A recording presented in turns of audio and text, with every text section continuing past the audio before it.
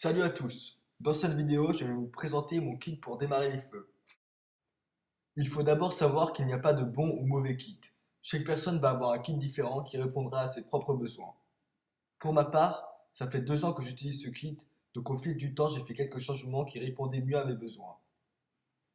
Je me suis rendu compte qu'il y avait du matériel dont je ne me servais pas, ou au contraire que j'avais besoin de choses qui ne se trouvaient pas dans mon kit.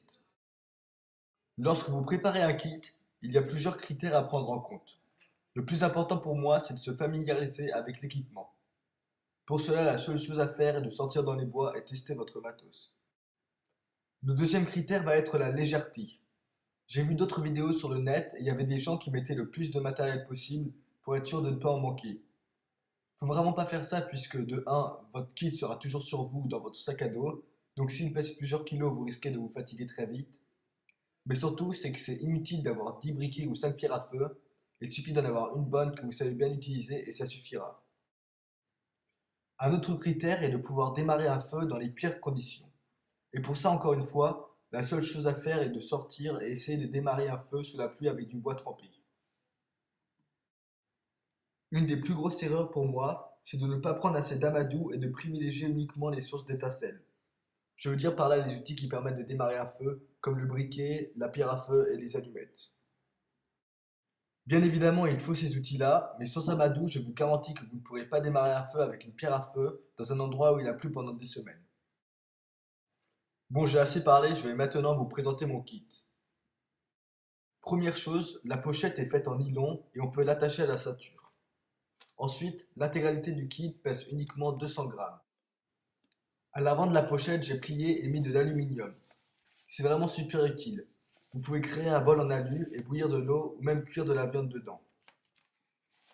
À l'intérieur de la pochette, il y a plusieurs éléments. D'abord, une bougie qui a une autonomie de plus de 3 heures. Les bougies sont très importantes car elles permettent, si vous êtes abrité, de garder une flamme constante et donc de pouvoir démarrer des bois humides qui mettront plus de temps à s'allumer. Ensuite, ce qui prend les 3 quarts de la place, c'est un sac Ziploc qui contient 2 types d'amadou, des boules de coton remplies de vaseline et des allumes-feu. Les boules de coton remplies de vaseline sont très efficaces pour démarrer un feu dans les conditions difficiles. Elles s'allument en une étincelle et brûlent plus de 3 minutes. J'avais fait précédemment une vidéo qui vous montre comment fabriquer ce type d'amadou. Je mettrai le lien dans la description si vous êtes intéressé. Continuons avec la présentation du kit feu. Dans un autre sac Ziploc plus petit, j'ai mis des allumettes spéciales. Ce sont des allumettes étanches qui restent allumées plus d'une minute.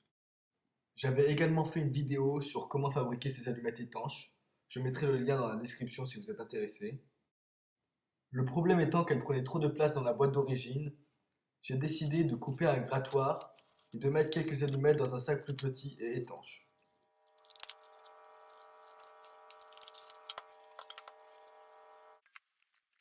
Encore une fois, ça ne sert à rien de prendre 50 allumettes, une vingtaine suffiront entièrement tant qu'elles résistent à l'eau.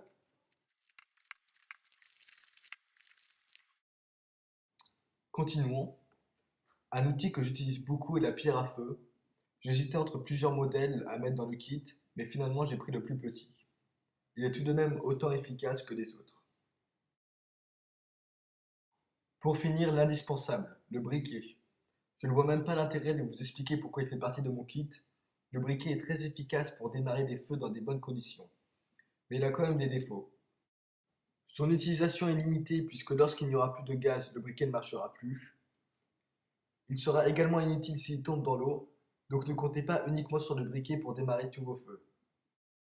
Voilà pour ce qui est de la présentation de mon kit feu.